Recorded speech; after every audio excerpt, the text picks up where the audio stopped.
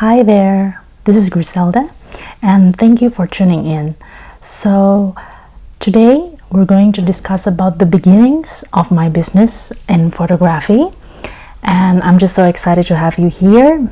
Maybe some of you are venturing out, trying some side hustle, or maybe just exploring the opportunities from developing your hobbies. So this might be a good episode or maybe good video to go through. And if you notice, there will be a slideshow that is coming up. So this will give you a visual if you are listening on YouTube, and it's just show you the growth, or rather the portfolio I had before I began my business officially. So technically I have always been a creative person. I do like to paint, I do like to draw, I like to sing, I like to do many things with arts. And I think that's important to take note, in a sense that if you are exploring some activities with business, or maybe just in utilizing your extra time, you can look into your already existing assets, or like your skills. So for me, it's always been creative side. I did some pattern design for a while. I also did some writing. I self-published books. That was fun as well. But I realized then that photography is something that I can pursue, mostly because it is very practical and people also need it. They are willing to pay for it. So I think that is a good business too. Even though maybe some of you are thinking, well, there are already a lot of photographers around me. So that might be the case for you if you are exploring photography. Or maybe you are content creator. You might also think the same, that, well, everybody's posting on social media nowadays. What's the difference with me, like that?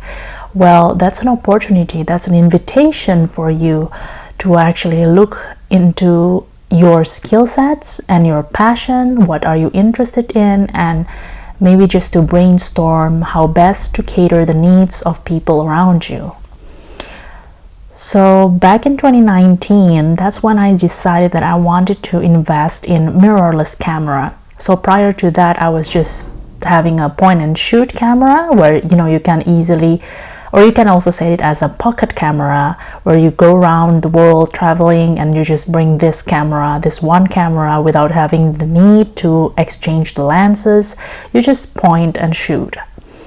So prior to that, after that, in 2019, I bought Canon EOS M50. That's a mirrorless, which is very lightweight, as well as very practical, I would say. Many vloggers use it as well.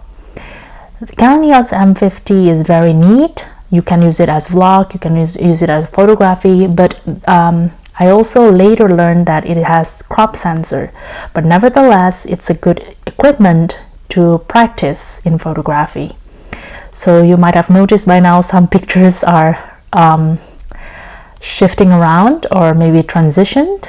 And these are the pictures of my friends, but also some of them are from photography workshops. I really like them. I was trying to understand skin tone, I was trying to understand composition, and also lighting. Photography is very, I guess in any business, it's important to understand what's the core or what's the recipe of success, right? So in photography, no matter what style of editing you have, it's very important to notice that, like the lighting here gives a dramatic look, the lighting here gives a soft, ethereal look. So you need to understand lighting.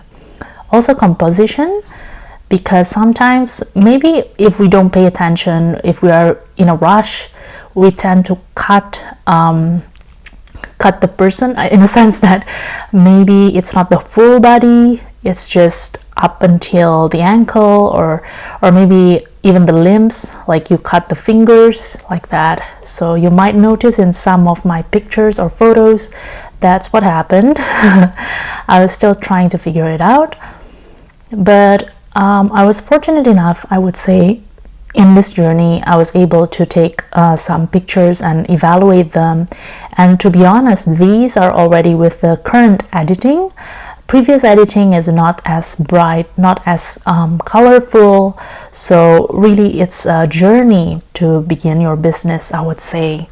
And so for the last few words, I just want to remind you again that business is something to do with passion as well, that's true, but you also have to be mindful when you invest and what do you invest in. So for example, you put in time, effort, but also funds, money, and that's why it's important to always check back where you are at.